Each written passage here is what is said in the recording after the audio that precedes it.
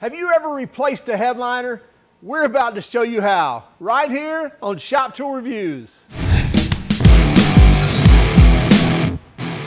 I grew up most of my childhood in an auto trim business, doing upholstery and auto glass work, and for a while there I could almost do headliners in my sleep. Well, it's been quite a while now since I've done one, but the old shop truck that we're redoing needs a headliner, so I thought, what better time than to show you how to do a headliner and maybe reteach myself. You really don't need a lot of tools. You need some headliner material, which you may be able to find at a fabric store. You may have to hunt it down from an upholsterer in town, or you can order it online as well. We'll also include some links to some different tools and supplies you'll need, like some sprayable glue, maybe even a paint gun. If you have an old paint gun laying around, that'll work best as well. Wire brushes and things like that. And we'll talk about those things in detail here in a moment. But anyway, let's go ahead and get started. Then we'll come back and kind of wrap everything up. Okay, it's obvious that our headliner has had its better days. Quite frankly, it's disastrous. So it's falling about everywhere, it's stained, it's nasty, it's torn, so we've got to replace the headliner. There is no fixing a headliner. One thing to notice on this Silverado is that it's falling right here from the edge. Now, this is not just on Silverado trucks. From the factory, they don't wrap the headliner around the headliner board. That would absolutely solve that issue right there. It's cut flush with the board, and then once it starts sagging a little bit, or once the UV rays hits it, it starts releasing, and once that foam deteriorates, it starts falling from the edges. We will eliminate that issue in particular. Now, this is our 2003 1500 HD shop truck build that we're doing right now. So we've got a lot of the interior, almost all of the interior out of it, a couple of the door panels off. So it's a little easier process than what you would start with from fresh, if you will. But we can still show you the idea. And I'm really not trying to hit just Silverado headliners, but more so headliners in general. But we will cover some of the uninstallation or removal of all the trim so that we can get this headliner out. Now, one of the first things you want to do when removing a headliner is remove the sun visors. In this case, this is a Chevy Silverado. It's going to have, I believe, T15 fasteners holding these in.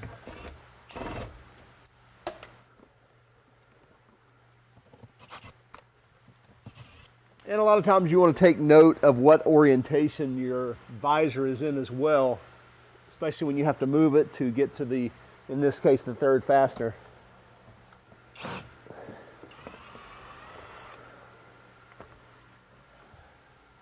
This is just a Phillips screw. I believe it's been replaced. It probably should have been a Torx. Once I drop this, this should slide out of here. Yeah, drywall screw.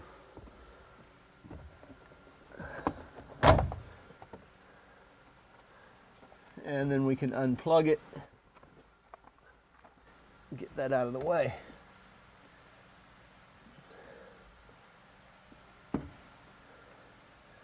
And any dead roaches as well.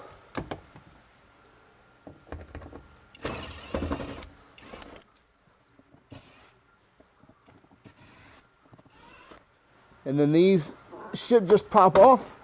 You can take a clip remover to remove those clips, or if you're gentle, you can pull those out without much problem. And pull this door pillar off.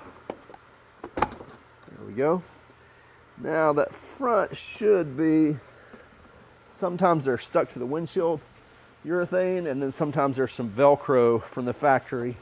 Okay, now we got to get this center pillar cover off because that's holding up the headliner, as well as this handle and that rear pillar as well. And if you want to take that all the way out, we'll have to take the whole center section out, or the back section off, which again, all this is held on by clips. And we'll also have to take the bolt out of that seat belt in order to remove the seat belt through the hole to get that whole thing out of there. If you're just pulling it back, you can just pop it loose and probably pull it back and be fine. Like I mentioned, if you just want to take the chance and pop this loose with your hand, you can do so. Like this.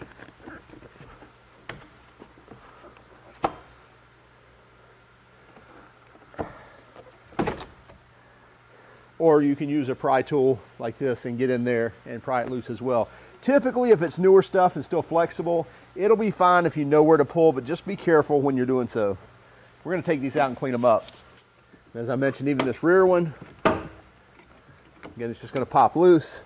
A couple of clips at the top and a clip down about right here. Now that would probably be enough for me to get this headliner loose, but again, since we're going to clean all this up, I'm going to go ahead and take this one out. So on this rear piece, again, we don't have to worry about any of these. You can pull those off if you want, but you don't have to. And then I'm going to reach in here.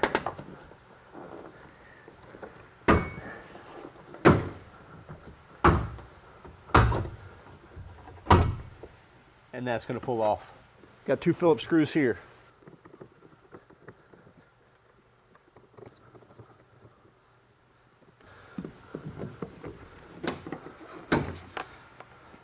And then there's a clip down low here. Go. As I mentioned, since we took that seat belt loose, it's a T50. Now I can pull this out and clean it as well. Then up top here, we have plastic push clips.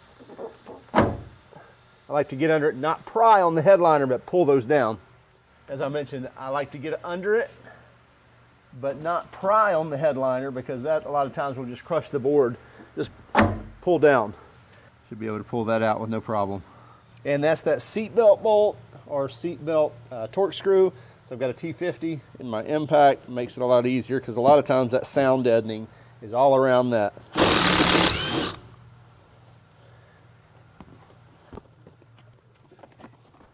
Now in the passenger front, you have this handle to hold on to. Now there's no fasteners in here other than the clip. So get you a small screwdriver or a little pick and just kind of gently pry that out on each side of the handle.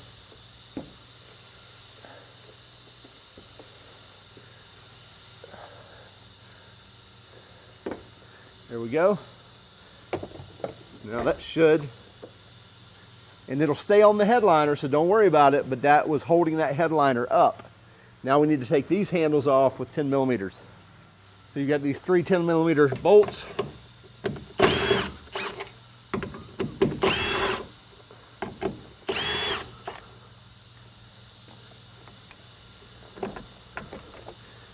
The handle also has a clip in it, so don't just jerk it out, easily pull it out, and should be good. Many times your dome light or your center light here will have screws in it to hold it up. Now I know for a fact this one is actually just clipped onto the headliner, so we'll drop it. It has a cord that runs across, and we'll disconnect the cord once we drop the headliner. I've got both handles off. As far as the side handles, I've got the passenger side handle off as well, so this thing should be ready to drop. Little Velcro back here in the back. Okay, I did have to back up and take out the third brake light on top of the cab, because that wire was run on top of this headliner and kind of holding everything in place. Now most of the time when your seats are in it, your best option is to go out the passenger side front door, put your steering wheel all the way up and try to get it back and get the front down below that steering wheel.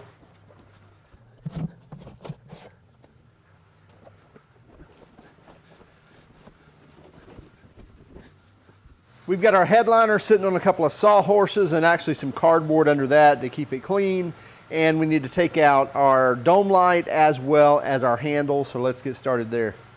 As I mentioned, this is specific to a Silverado, to GM trucks, probably SUVs the same way, but some cars in some way will have these handles to be able to pull out. I just need to pull this guy back, and then that should come out. Same way here. May push up on a little bit, and now we've got that out. Keep those shims, that's what's going to lock those handles in there.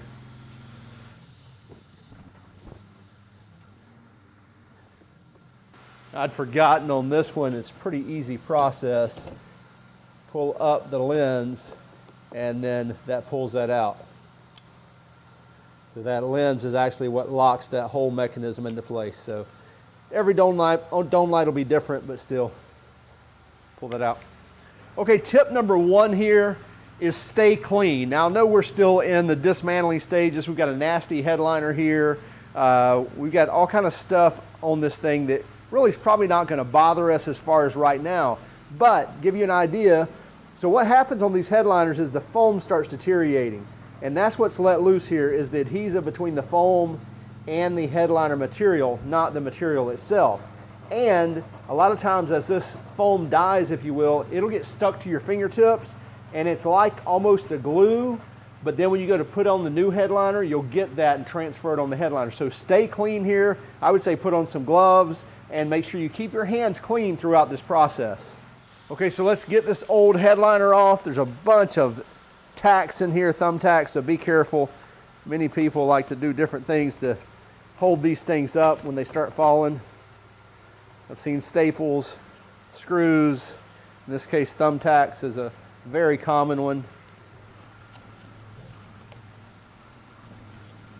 Be careful not to ruin your board. You don't want to hurt the board. That's very important. And I like to peel it along the edges because usually it's stuck pretty good there, especially if any reveal moldings have been holding it, so that you don't mess up the board on the edges when you try to pull it. So get that pulled away, all the edges. And now we can get a little tougher with it. Try to keep all my thumbtacks inside this thing. Now you can discard that. Now if you're going to buy this material from someone, cut you off a piece of material, especially if it's been under a visor or something, because that'll be the true color, and take that with you to get the right color. Okay, now we got to get to the part where we have to get this foam off here, which we can rub it off with our hands, but again, that's going to get tiresome and nasty.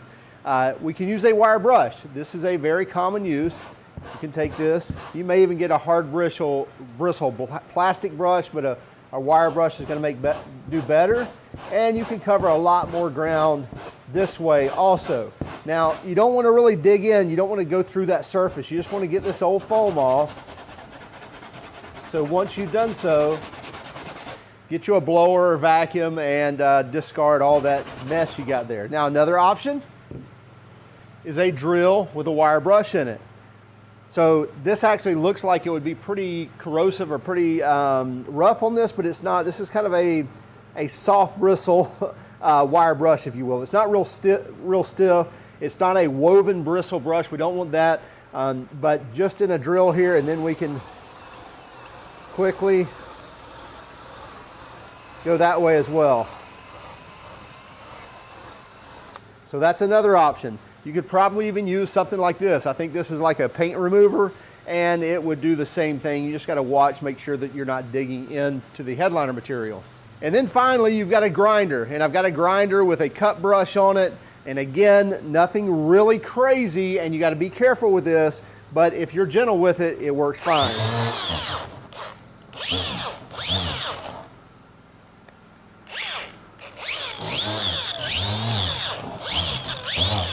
So that covers a lot of material, but you do have to be very careful that you're not grinding through the surface.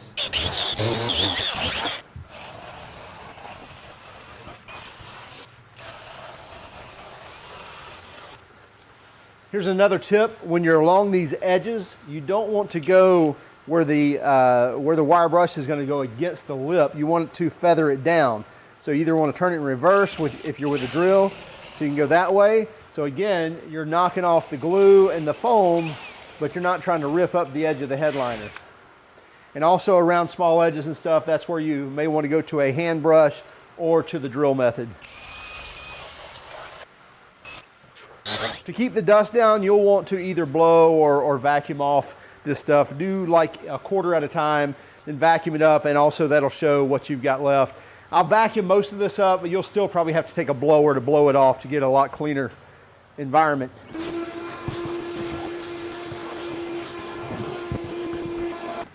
So as you can quickly see, now that we vacuumed that up, we've still got a lot of spots there that haven't cleaned up. That's where a wire brush is fine. Clean up what you've missed. And that should be good.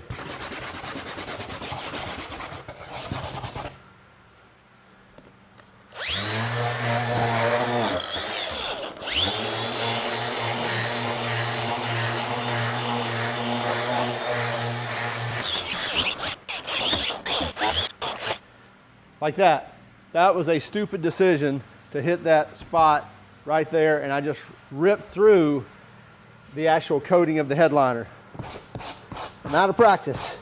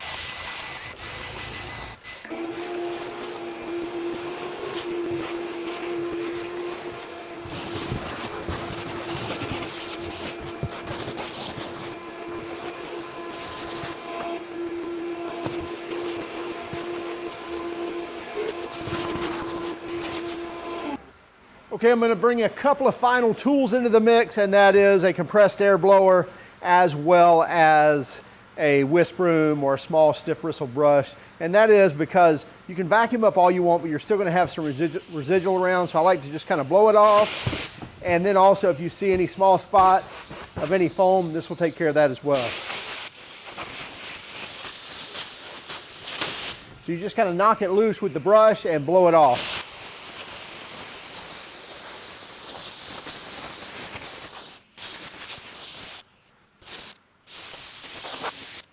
Okay, now is when you want to clean your hands, replace your gloves, and we're getting ready for our final prep. Blow everything off. Even if you think you've got it clean, blow it off again. Especially in the case like us when you're dealing with a very light colored headliner. Just looking at it crooked will get it dirty, it seems like. Get it plenty long, fold it over on itself, let it sit there. And we want to make sure we have plenty of material. Make sure we're overhanging on both sides, both ends, as well as both sides, and we're good.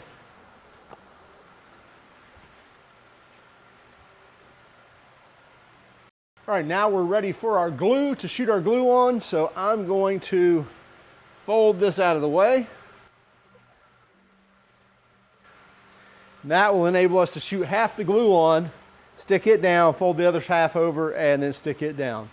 Okay, right here on the front edge of the headliner, I noticed when I was cleaning it up that the top layer of fiberglass was coming loose from the foam board. So I brushed that up a little bit, and now I'm going to shoot some glue in here and glue this down before I do the headliner. Now, I'm also going to take care of it because I'm going to wrap this headliner around the edge. I mentioned that in the beginning. I'm not going to let this just come here to the edge and stop, so that will help bond that as well.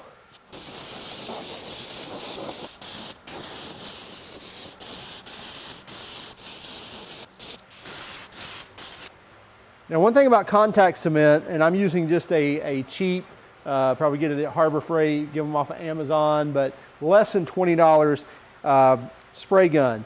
And you can use a siphon gun if you want to. I'm using this top load or HVLP gun, but we're using a sprayable contact cement. You can buy this contact cement at your hardware store as well.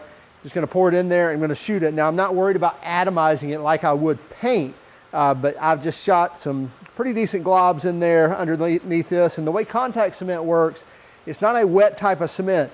It needs to tack up or dry, and then you basically shoot the glue on both sides and then you press it together, and that's what creates the bond. This is now tacked up a few minutes, so I'm going to go ahead and sandwich this down. Yeah, that held it. Again, we'll wrap our headliner over and continue to hold that down after we're done, but just wanted to give a bond to that layer again. Okay, now we're ready to shoot some glue, and just a couple of things on the spray gun. Not going to really give a complete tutorial on spray guns, but basically this is your fan pattern here, and I've got this backed all the way down, meaning it'll shoot wide and it'll shoot narrow. I've got it all the way to narrow. You can shoot a little bit of a fan, but don't think you need to spray it really wide. That's when you're really wanting to atomize it like paint. And then I'm running about 30 pounds of pressure at the tip. Do that with my regulator here. And you want to make sure this is your trigger pull, and we want to make sure that when you pull that trigger, it'll go all the way back. So run that trigger pull all the way back.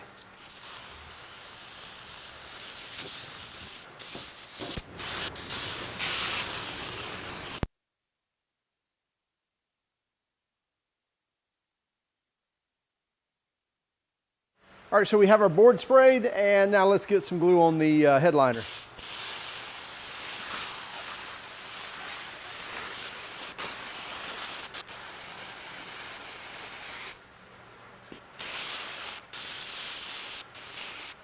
So the most important thing when we're shooting glue on the board is we want to make sure that we've got glue in our recessed areas as well as wherever there's a transition.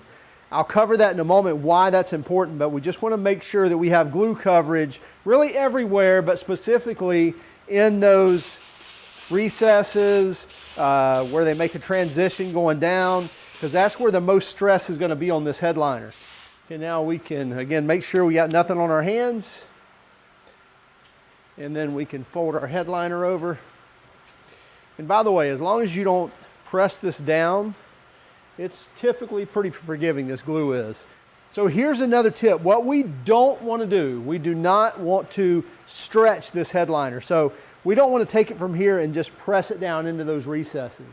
Okay, first thing I'm going to do is up here on this high ridge, I'm going to go ahead and kind of lock this down, if you will. This is just going to kind of lock our headliner in place so it doesn't move around anymore.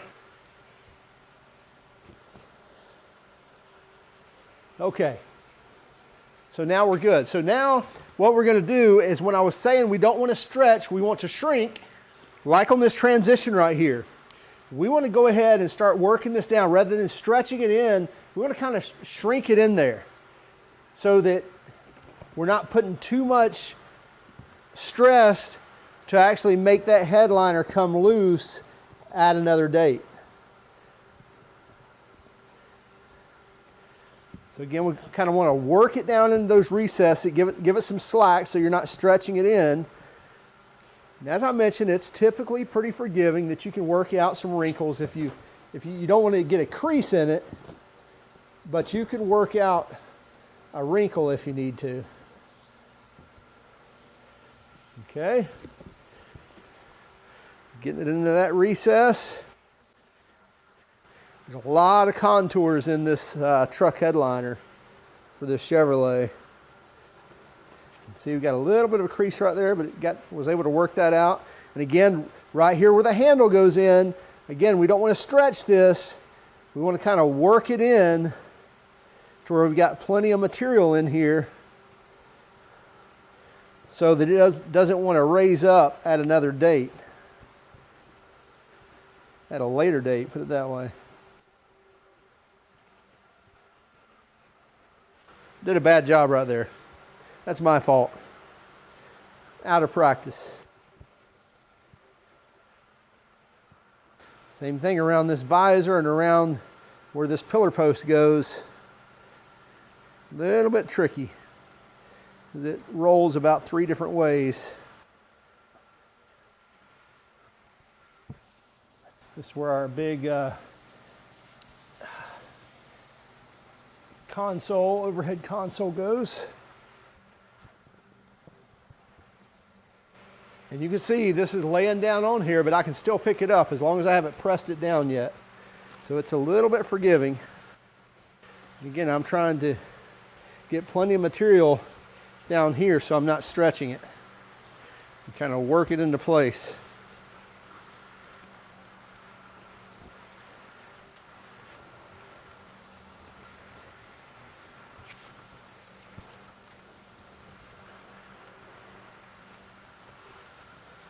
It's okay to cut some reliefs, just don't cut them too far.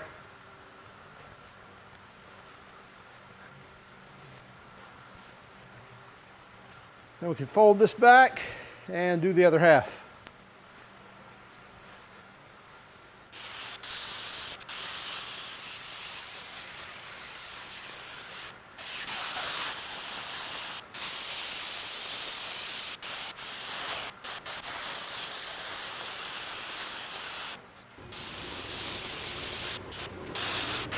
I have a brand new razor blade, and I'm going to trim out some of these areas where the overhead console goes, also where the visors goes. I'm going to do this in a little bit different manner though, because on this one, I know that there's something that's kind of holding all this up, and so I don't need a lot of overlap in here, but I'll still overlap this behind it. So I'll cut a couple of slits in here.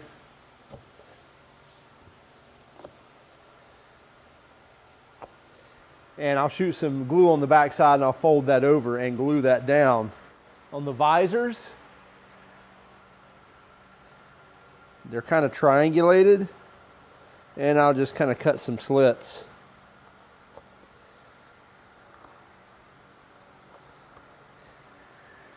Again, I'll fold those over here in a moment once I shoot some glue on it. In fact, let's go ahead and flip this over. Okay, we've got this flipped over. We're going to shoot a little glue along the edges here and then trim these back, fold them over, and glue them down on the back side as we talked about.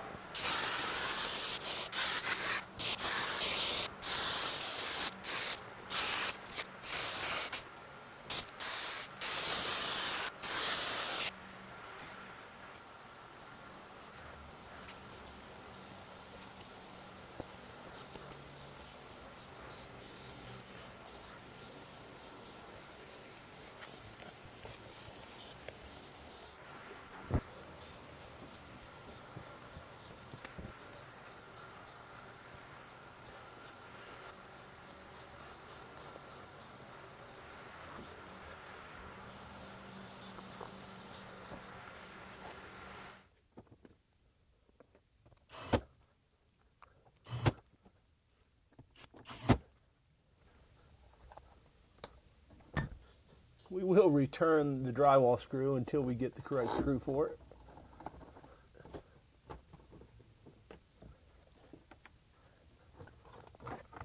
Okay, 2 things here. Number 1, we're going to plug our light in and put it in, and it just clips in. But then this headliner is still sagging right here. Well, there's 2 Velcro strips on either side of this, but I didn't want to push it up until I got this clipped into place.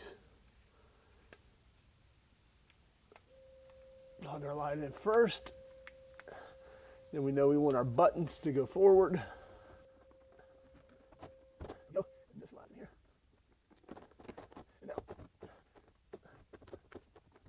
And here we have it. So we don't have all our reveal moldings in, but we've got the headliner in, and we've got enough stuff to hold it up. We've got that auxiliary handle over there holding it up, the handle there for the rear passenger. So the rear reveals aren't in. The push clips are in. They're just holding it up in the back. And we've got our dome light in, as well as our overhead console. Our nasty visors, we're gonna have to do something about that. We may try to clean those up. We even got our factory, I believe that's the mic for the connection to your phone and for OnStar. And anyway, so we need to clean the rest of this stuff up. Everything on the headliner is clean except for the visors. They are horrible. We need to clean that pillar post there, and the rest of the pillars to install those as well. But as far as that, the headliner's done. Don't forget, here in the back, we had to run the third brake light actually ran over the headliner and it's sticking out. So don't forget to plug in your third brake light. So it all seemed to work out very well, except for my one little hiccup where I had the creases right there on the side of the headliner. But here's the thing. The creases are right there next to the handle that goes where the passenger sits. So people are going to think, you know what, that handle is actually pushing in on the headliner. But now all of you guys know anyway. So yeah, I had a mess up. But if you take your time and shrink that, like I was talking about, not stretch, then you can actually work those out and not have those wrinkles like I showed you, or a place where you stretch it too far and it rises up and doesn't stick down. Also, remember the 3 tips. First, make sure you're using a soft wire brush if you're using a power tool. So like with the drill, this is a very flexible wire brush. It's not a twisted or braided wire that's real stiff, because that's going to eat into your headliner. Also, with the grinder, if you're using a grinder, be very, very careful. In fact, if you haven't done it before, I'd probably stick with a drill or a hand wire brush. This works pretty quick too. It's just going to take you a little bit longer to do it. But the grinder will eat into the headliner, as I showed you. Actually, I messed up there and ate into it a little bit. Also, remember to shrink, don't stretch. I already kind of covered that. So make sure you're kind of shrinking it into those valleys, not, you know, stretching it out across it and then trying to push it down in it, because it will try to kind of release and then pop back up at some point. And then third is probably the most important, and that is clean hands. Keep gloves on and make sure the gloves are clean. Don't just think because, oh, I have gloves on that everything's clean, because you'll get them dirty too. So make sure you're either cleaning them, pulling them off, replacing them, or keeping your hands really, really clean, especially when you're dealing with light colors, as we see here, because you can almost look at it wrong and get a stain on it. Now you'll need some sprayable glue like we have from DAP here. I'll put a link in the description on where you can get that, as well as a spray gun. So you can use the cheapest spray gun you can. You don't have to have a nice pattern. You just need to be able to kind of glob it out there, and make sure the globs aren't too big, but also you don't want a really atomized pattern either, like your spray painting. You want a little bit of glue residual out there, and then you want that glue to tack up before you put it together, because it needs to tack up, and then it works by sticking to one another. It doesn't work by staying wet and then sticking to something else. You spray it on one side, you spray it on the other, and let it tack up, and then that's what sticks together, is the glue to the glue. So anyway, hey, that's it. Not a lot of rocket science involved in it. It is kind of a pain in the tail process, just because you're cleaning and taking time and stuff like that. And if you've never worked a headliner out of a car, that can be a pain as well. But hey, check it out for yourself. Also, keep track of us on Instagram, Facebook, and Twitter. If you don't mind, would you hit that like and subscribe button if you haven't already? Have a great day and keep smiling.